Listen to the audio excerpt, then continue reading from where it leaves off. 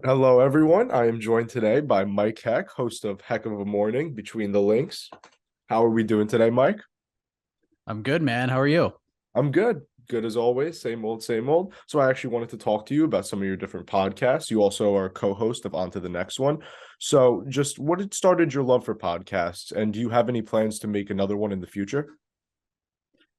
I don't know if I have time to make another one. I mean, at this point, I host probably at least 6 to 8 shows a week for MMA fighting between Heck of a Morning and Between the Links and on to the next one and the preview and post shows. We do the People's pre-fight show as well right before the events start for the UFC. So there's a lot of wheels in motion as far as podcasting goes. There's a lot that's going on, but I probably got into it.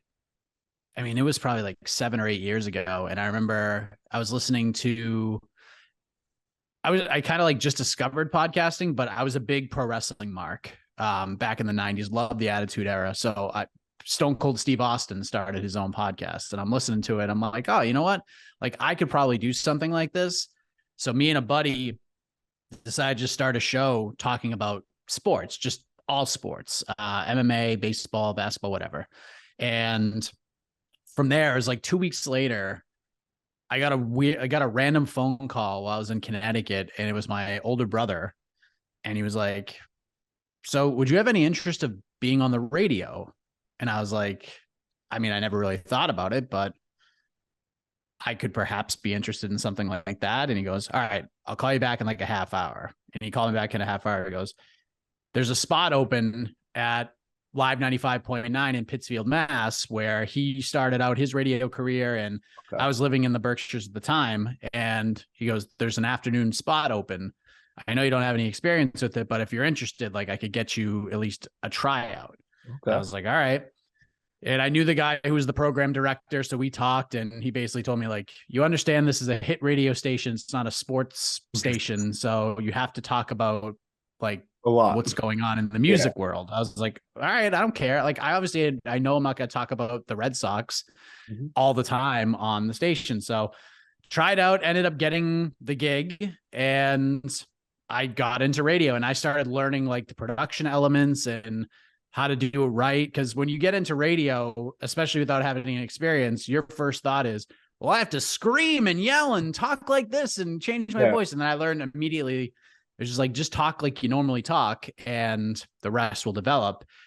And from there, I learned how to like produce podcasts a lot better. Okay. And it was one trip out into, I started interviewing MMA guys. I had somebody reach out to me because I did an interview, I think, with Joe Proctor, who was on the Ultimate Fighter Yes. and fought for the UFC. He was a Boston guy. So I did like a 30-minute interview with him for our random show that we were doing, and someone had heard it and reached out and was like, I represent all of the legends of the sport, like Cal Warsham, Emmanuel Yarbrough, Okay. Pat Smith, others like that. He goes, would you be interested in interviewing these individuals? And I was like, all right. So I did interviews with like 3 or 4 of those guys, and then they had this event out in Syracuse, New York. It was called the Legends of MMA. It was MMA Fan Expo, some expo in Syracuse, and I got invited out there. And from that point on, that was it. I interviewed a bunch of fighters who were there. There were a lot of legends. There were a lot of current fighters that were there, like Carlos Esparza was there, Claudia Gadelha was there, Felice Herrig, Ashley Evans Smith, and then like Burt Watson was there, and Brian Ebersol, and a whole bunch of other people. Okay. And I just interviewed a bunch of them. And when I left there, my co-host of that podcast we were doing at the time was out there with me, and I told him, this is what we're doing from now on. We're not doing the random sports chatter. Like, we're just going to interview fighters from now on. This is an MMA show. And he Nice. was trepidatious about it. And I was like, this is what I'm doing. Yeah. So you can come So along for the ride or you don't have to. But this is what the show is going to be. And he went on board and ended up being like the best thing we ever did. And I just got so into it from there, just their stories, talking to them and all that stuff. And from there, it just kind of plateaued to where we're at right now. So nice. yeah, it's been a crazy journey to get here. And here we are. So when your brother called you, what were you doing at that moment? Like when your brother called you saying like I have a job for you, like, like what were you doing at that point? So when I moved out there, I was helping my brother launch his new company. So he runs an entertainment company where you go to different bars, you host karaoke nights, we DJ'd weddings, we kind of went into trivia and a whole bunch of other things. So I was kind of doing the hosting stuff anyways, and I'd been doing it for a long time, but I just didn't know how to translate that into radio and pushing buttons and all that stuff. And I learned that pretty quick. And I was doing that on the side, but I was also bartending full time just because I like talking to people. And I do love sports, and people came to the bar and watched sports and wanted to eat food and drink beers. So it was a perfect job for me, and did that for probably like 4 or 5 years, worked for the same group of people the entire time. And then unfortunately, once I got the radio job, I was like, I got to leave you guys and do this other thing. So I was doing that job. I was still doing the trivia stuff on the side, would DJ weddings on the weekends, and would host the podcast like on odd hours. Gotcha. So I would basically go to work full time. I would do the radio show, and then I would host a trivia night. And then by the time that was over, it was like 9 or 10 p.m. Eastern. And I would drive back to the radio station, and I would do all the interviews and produce the show. And I would do that like at least twice a week, sometimes more, depending on who was available and when. So yeah, I didn't get a lot of sleep for like 5 or 6 years. Hey man, you didn't get a lot of sleep lately either. I think you said you were up for like what, 25 hours after 285, something like that. Yeah, 25. Yeah. It was almost 26 straight hours, and then I slept for like an hour and a half, and woke up, jumped on the desk for MMA fighting, and then we did on to the next one like 2 hours after that. So yeah, it's a lot. It's a lot, but I wouldn't have it any other way. So about the DJing. So when you got the call from your brother, was that around the time that you had met your wife? Because I know you met your wife DJing around that time. I was married for like a year or two before then. Okay. I think it was like 2012 or 2013. I got the radio job. Okay. So yeah, we had just had a kid. Okay. So he was a baby, and yeah, because I remember starting the radio gig in February. He was like just under a year old. Gotcha. So, yep. Yeah, I already met her, and we dated for a year, and I proposed, and then 6 months later we were married. So, right. Yeah, it went pretty quick. Okay. So I know from what I could tell, at least, you didn't go to college. Were you DJing like straight out of high school? Like, was that kind of like what you were doing? So I went to college for 2 years. Okay. It was not for me. Okay. I went to college to play baseball. That was it. Gotcha. Gotcha. And when I got there, I was like, I'll give this a go. But I as soon as I got there and started playing baseball, I was like, this is all I'm doing. And if I could go back and do it again, I probably would do it a lot differently. But yeah, I went there to play baseball, and I would just cruise by. And then after like the second year, I was just like, I can't maintain this. My grades were just going down the shitter, and that was it. And then I had to kind of pick myself back up and figure out what I was doing. So I started DJing probably when I was like 18. Okay. That's when I like did my first wedding and started doing karaoke gigs on the side. And then, took some time off doing it, would do it once in a while for family and friends and things like that, or if opportunities popped up. But once my brother started this company, and I was kind of in a place where I didn't really know what I was doing, I just ended up moving out there, and yeah, and then just went and helped him out, and everything just kind of went from there. Nice. So as a DJ, I wanted to ask, what kind of music do you like? What, like, favorite artists, favorite songs, like anything? Obviously, you have a big mix, but just if you had to narrow it down. I'm a 90s, early 2000s, like hip hop and R&B head. That's where that's where my bread and butter is. Even at the radio station, I was like, I want to do a throwback show. So every Friday night I would host a throwback show from 7 to midnight. Yeah. And then during random long weekends, I would produce like an entire weekend of throwback content. Yeah. So I would like book the whole playlist for the weekend and do that. It was just the best. It was just the best. People freaking loved it. And I think if there's like one thing I really miss about being in radio, it was like doing that show. I loved doing that show. It was the best. Gotcha. Any specific artists that you liked, or just kind of like just the genre in general at that point, because it's all kind of just the genre? Pretty much. Okay. It just the flow and the sounds like takes you back to a time when things were just so much different. There wasn't social media and cell phones, and things to like fry your brain. Like that was literally pretty much all that was there. It was like you would just go in the car and you would turn the radio on, you would listen to music and throw your CDs in or put it in your Discman and just listen to stuff in your headphones. Like it was the best. Like those are just the best times. And I still listen to that. Like I walk my dog like 3 times a day and it just throw my Spotify playlist on. It's just nothing but that Nostalgia. stuff. Yeah, it's the nostalgia for you guys now. Like I don't have that like nostalgia with music yet, but I will eventually. So You will. Yeah. Yeah. So where did your love for MMA come from? Obviously, you were into pro wrestling prior to being into MMA, but where did the MMA love come into play? I think I kind of learned along the way. I think the first pay-per-view I ever watched was UFC 40. It was mostly because of pro wrestling, because Ken Shamrock was in WWF. Yeah, Shamrock he was going Ortiz, back. Right? Yep. He went back and fought Tito, and Tito beat the hell out of him. And like I actually purchased that one. And I got into it a little bit, and it went in waves. Like if it was on, I would watch it, but I wouldn't really go out of my way to find it. And I'm one of those fans that found The Ultimate Fighter. When The Ultimate Fighter was on, it was on after Raw. Okay. So I'd watch Raw, and then The Ultimate Fighter would come on. And Diego Sanchez was just so weird that I just had to tune in every week just to see what kind of weird stuff he was doing. And then obviously I just learning the ins and outs of everything and the finale and everything that came from there.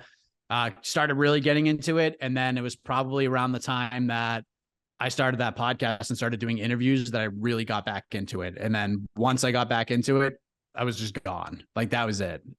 There's no turning back. And that's how it was. Like it just, as most fans my age would probably attest to, like some people just were all in from the jump, and some people just, because I was a Boston sports fan. I'm wearing a Red Sox shirt right now. Yep. To be a Boston sports fan, you have to watch everything. Like you have to watch everything. You got to keep up with everything. You listen to sports radio all day, and you want to be like the most knowledgeable fan and the most passionate fan possible. And to do that and try to watch 162 Red Sox games plus the playoffs and the Bruins and the Celtics and the Patriots, and try to keep up with MMA was really difficult to do. And now I'm like the total opposite now. Like I'll still watch stuff and I'll root for my teams. Like if it's on, I'll like watch. All MMA and like, yep. 100%. Yeah, it's all MMA. Just slightly working in this like field, like the way I am, it really has been like so much harder to keep up with other sports the way I want to. It really like MMA consumes your life, but I don't mind it. I love MMA, so it really is. It's not a problem. But you kind of walked me into this. So all the other Boston sports teams that you like, the Bruins, Red Sox, Patriots, just tell me about your love for all those Boston sports teams. I mean, obviously, you kind of have to when you live in the area, but you're a huge Patriots fan, obviously. So just tell me a little bit about that. I mean, Red Sox is number one. I've always been a baseball fan. I was that kid who, if my friends weren't able to play, I would just go out in the backyard and chuck wiffle balls to myself and just hit them over the fence and like commentate my own game against myself. Trust me, I know. Yeah, I think we've all been there, right? Yeah. I just loved it. And I loved watching baseball. So the Red Sox were obviously always on. So I would watch them and I'd go through all the heartbreak that everybody else went through. And when the All-Star game came in 99, like that was just such a cool thing to just even be within 30 miles of it. So that was the best. And watching Pedro just mow everybody down and the home run derby that happened there was just so cool. And then I was obviously like a Bruins fan. My dad would take me to Bruins games, take me to Celtics games. Patriots are always kind of like, I liked the Patriots, but they sucked. They were so terrible until they drafted Drew Bledsoe. And then they made it to the Super Bowl. Yeah, then Brady came, and then I remember when they won the Super Bowl in 2001, 2002, it was just, I was that guy that was like, Tom Brady cannot start the Super Bowl. He got hurt, and Drew Bledsoe came in, and he won the game for him. Like, Bledsoe needs to start the Super Bowl. And I was like on the mountaintop screaming that. Like, if Tom Brady starts this game, like, I'm done. I'm not watching him anymore. And then, of course, Brady starts the game, and he has the most ridiculous march down the field to win it for him when John Madden's on the broadcast saying, "Oh, this is crazy. What are you doing? Just go to overtime. Like, you guys are insane." And then he drove him down the field, won the Super Bowl. And I was like, all right, I was wrong. Totally wrong. So were you sold on Brady after that? You were good with him? Oh, 100%. 100%. Gotcha. Oddly enough, so when I played baseball at Fitchburg, we would have to work security at Gillette. Okay. or at the time Foxborough Stadium. That's how we like raised money for spring break and stuff like that. So I was at that game when Bledsoe got just killed by Mo Lewis on the sidelines. Ooh. Yeah, it was a great story because I was on the field. I was at my spot was on one of the like right in front of one of the pylons. Okay. And it was the game right. It was the first game at Foxborough after 9/11. So on the field, and like security was tight, and they're like, okay, you have one rule. Your one rule is you cannot turn around and watch the game. Don't lose the game. You can't. Like, obviously keep your eyes in the back of your head. Like if a ball comes your way and you need to move, like do that. Mm-hmm. But other than that, like you cannot watch the game. You have to watch what's in front of you. And I was like, yeah, no problem. The next day in the Boston Herald, there is a picture of me in the back page of the sports page, turned completely around, watching Curtis Martin of the Jets march in for a touchdown. And from that point on, I never worked on the field again. It was so bad. Wow, the Boston Herald ratted you out. I was just like, I was like, it was just me just turning completely around watching Curtis score. And I was just like, oh no, this is not good. Nope, not a good look. Oh, it happens. It happens. Yeah, it was a cool experience though. Okay. So how are you able to build connections in the industry and able to like eventually become a reliable source of information and news yourself? Took a long time, man. When I started getting into it, like I started covering a lot of like the regional promotions, guys who I knew were on the come up and probably had UFC potential. So I worked with a lot of those, like I worked with CES a lot. I worked with Titan FC a lot, 2015, 2016. And Titan FC had a PR guy named Brian Levick, who was just the best. And unfortunately, he's no longer with us. And my old editor, Eric Kowal, who runs my MMA News, got me in touch with Brian and introduced me to him. And then we got like a whole bunch of interviews with the Titan FC guys, like heading into different events. So I was talking to guys like Shorty Torres, and this is before Shorty's like pro debut. I was talking to him, Grant Dawson, guys like Tim Elliott, guys like that, who were like on the cusp of like getting to the UFC. Gotcha. And yeah, so it's just basically like building relationships like that. And, you know, and just meeting a lot of these like really good PR guys. Like Brian was great. And then Brian ended up like repping individual fighters at certain points too, and individual people. So at one point he repped Wonderboy Thompson when he was on his title run. So I got to do interviews with Wonderboy, which was really cool. And, you know, other guys along the way as well. Ed Cap was somebody that I got introduced to not long after that, because he started doing PR for, I mean, so many different promotions. And Ed ended up taking over for Brian after he passed. So I continued to work with Ed. Ed worked with CES for a while. I think he's still with them, other promotions as well.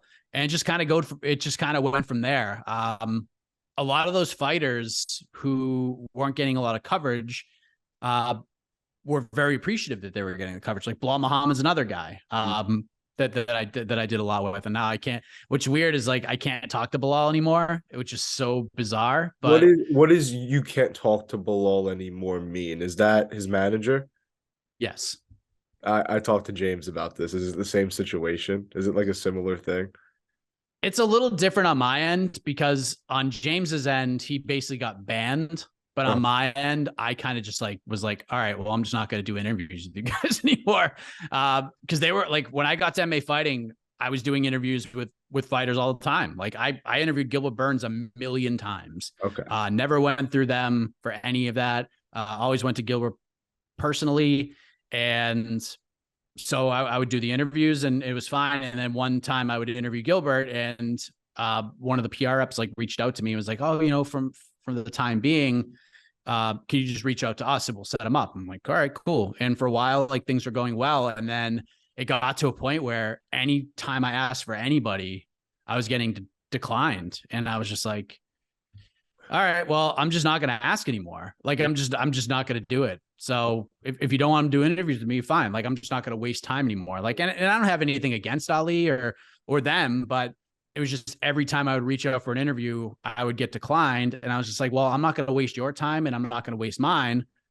just take me off the list and I just won't ask anymore. Yeah. And that's pretty much it. Like, Yeah, so if no. I talk to any of their clients, it's through sponsors.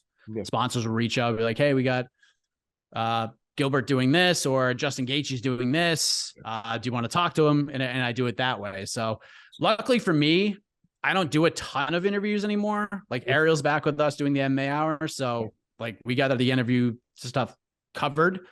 So if I do them, like I'll just do them when I'm available. But yeah, so you do them in the gym a lot and stuff, like at like in like various places. Like you're not doing like these types of interviews anymore.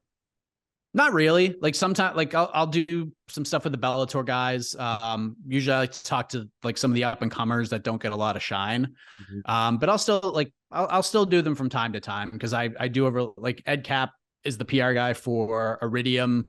So I mean that dude's just such a monster. Gotcha. He'll just like if he has guys fighting on Saturday, like at a UFC card, he'll hit me up like that night and be like, hey, let me know if you want to talk to this guy, or this guy. Nice. Talk about their wins. And he's just the best. Like when you get guys like Ed as part of someone that has your back, or you have a good relationship with them, it just makes your life so much easier because they just reach out and they have pitches and they tell stories. Like if you don't know anything about them, like, yeah, you may not know this guy, but here's the background on him, and he'll pitch you why you should talk to him. And you just don't see that anymore. And it's great. It's awesome. And then that is really cool. That is really cool. It is really cool. Ed's the man. But I have great relationships with pretty much every other manager in the sport right now. So, if I need to talk to somebody, I will. And then PRs from different promotions and stuff hit me up a lot, and we have good relationships. So it's just things you build along the way. And if you're reliable and you say you do what you say you're gonna do, then that relationship continues. And if you screw up, you might be on the sidelines for a minute. I've done things that have pissed some people off, but just work your way through it. And sometimes you can replenish those relationships. Sometimes you can't. I don't think I've really lost a lot of relationships in this sport, but it does happen. Yeah, it can be a pretty sensitive place, but it is what it is. Yeah. All right. Good. Have you ever been on the interviews? Have you ever been intimidated or nervous when you did an interview? Because like you said, you haven't done them recently, and I wouldn't have figured that even the recent ones you did, you would be. But even in like the past when you first started, were you ever like intimidated during an interview? I mean, I think the first time I interviewed, there were two, like early on, I interviewed Rich Franklin like the day before Thanksgiving. Okay. One time because he was doing stuff with one. I think he had just started with one. Okay. Doing stuff behind the scenes for them. And like Rich Franco is like one of my favorite fighters. Really, just a man's man, just a teacher, became a fighter, just a really good dude, very driven. So when I got the opportunity to talk to him, like I was pretty nervous talking to him, but once we got conversing, we were good. I think the first time I interviewed Wonder Boy, I was like, oh, this is probably the biggest name I've ever interviewed. So that was a pretty big deal. We've had a pretty good relationship ever since. I guess not really. Like there are certain fighters, like if you interview them in person, they have a vibe. Like if you ask them the wrong question, you just feel like they might just punch you, but they won't. You just kind of have that vibe to them. But when I interviewed Masvidal for the first time face to face last year, that was pretty wild. That was pretty wild. And the worst part about that one was I did the entire interview with him, and then my XLR, my mic died, and I didn't even know it. So when I went to like send the interview on to the team so we get up on YouTube, like there was no sound, nothing. And I'm like, oh my God, you have got to be shitting me right now. I'm like, I cannot believe this just happened. Like I lost the whole interview. So luckily I reached out to Masvidal's team at the time and was like, look, here's what happened. Is there anything we can do so I can get another crack at it? And luckily the team set it up so I could interview Masvidal like in the middle of the street in Savannah, like at 10:30 at night. And Masvidal like let me interview him again. Like it was so freaking cool.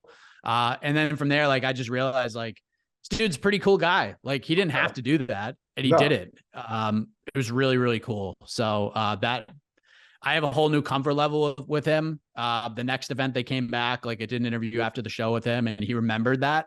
And brought it up in the interview too. He goes, I was like, hey, who are you, Masvidal? He goes, hey man, just want to make sure your mic's working. I'm like, oh yeah, we're good. And he started like busting my balls a little bit, but for the most part, like I'm comfortable at this point. So, but yeah, those are some interesting times. That is cool. Those are some cool stories. So do you plan to start going to more cards this year now that the UFC has started to like open up and venture out a bit more? Because like I know during COVID it was like really hard for like a lot of guys to like go and get out there, but I'm just wondering if you're interested in getting out more. I mean, we're doing the watch parties now, so I do get to travel at least once a month. Like this month's gonna be is kind of an anomaly because I get to go twice in 2 weeks, which is pretty cool.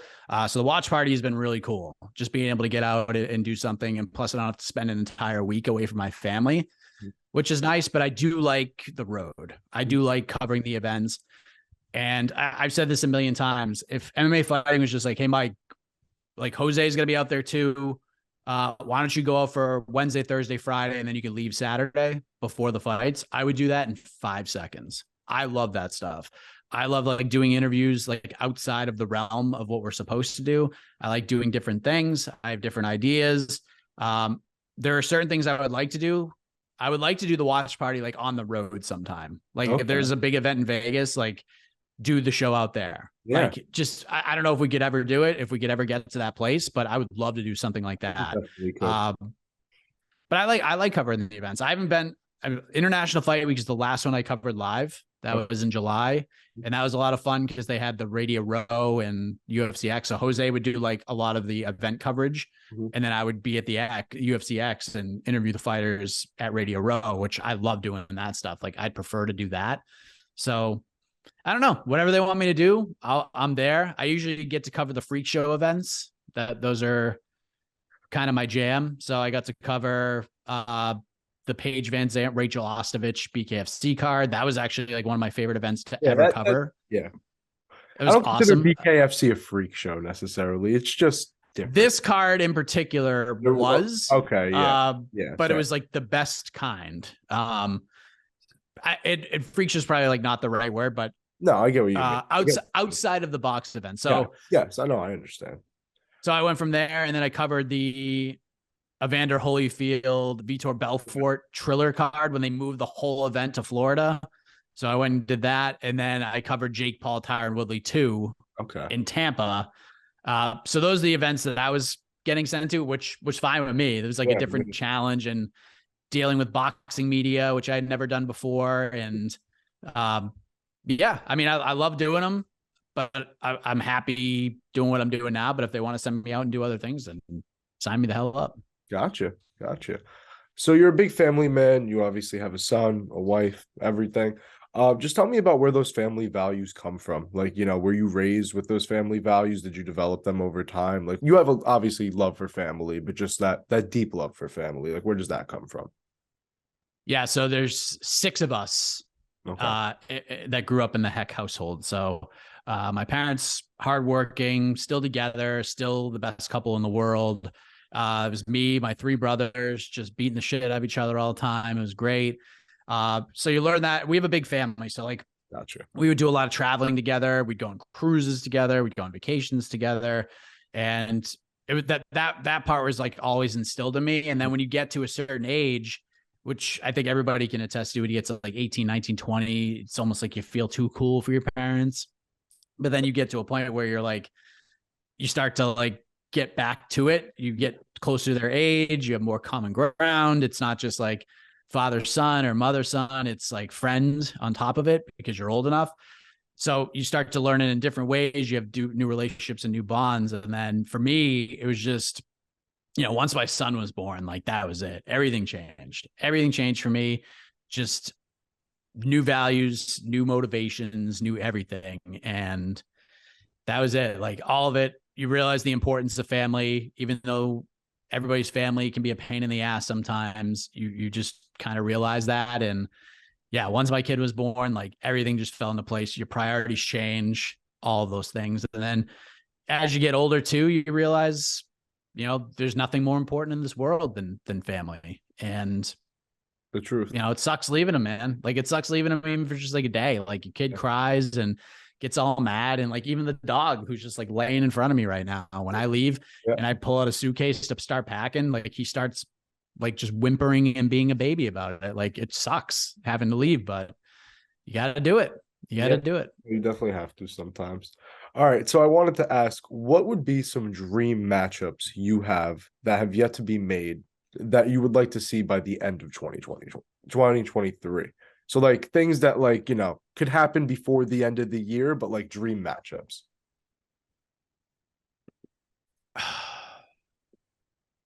I mean, the obvious one is John Jones versus Francis Ngannou.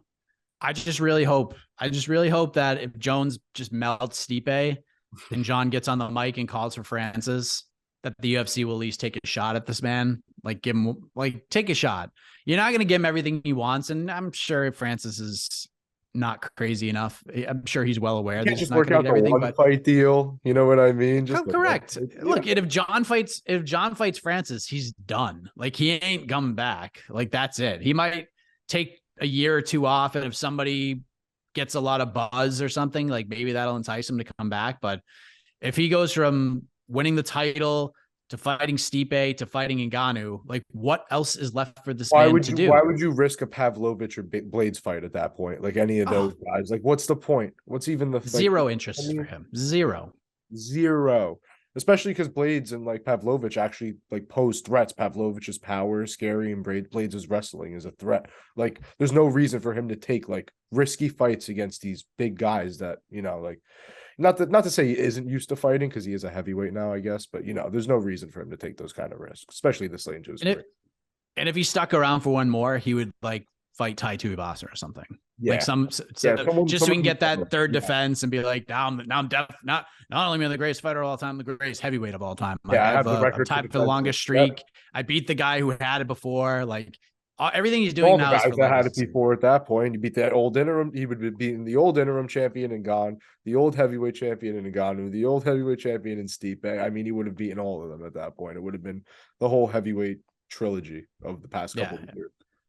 And the Francis fight will always be the one that just kind of gets away if we never get to see it. So I'm kind of like, I guess I'm not even cautiously optimistic. I'm cautiously hopeful that this fight happens, because if it doesn't happen this year, it's just not going to.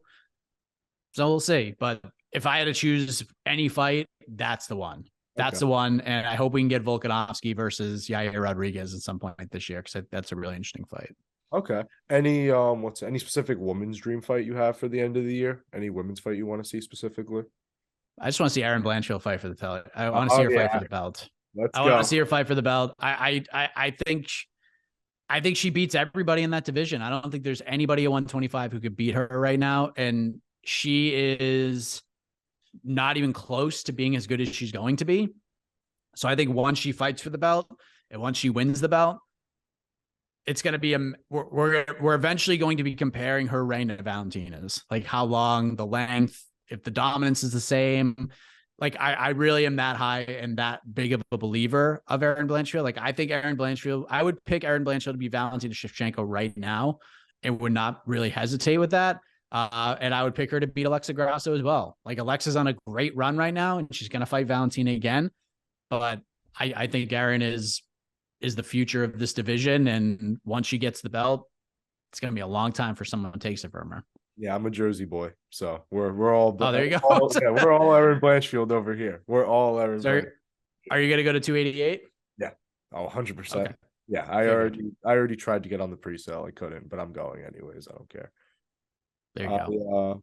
Yeah, I can't wait for that one. I'm just wondering if it's actually going to be Cejudo and Sterling fighting, or what the actuality of that is. I know the whole situation. I refuse to actually post the fight at this point, like that it's official or anything. I didn't post it. I didn't anything because I was like, I'm not doing it.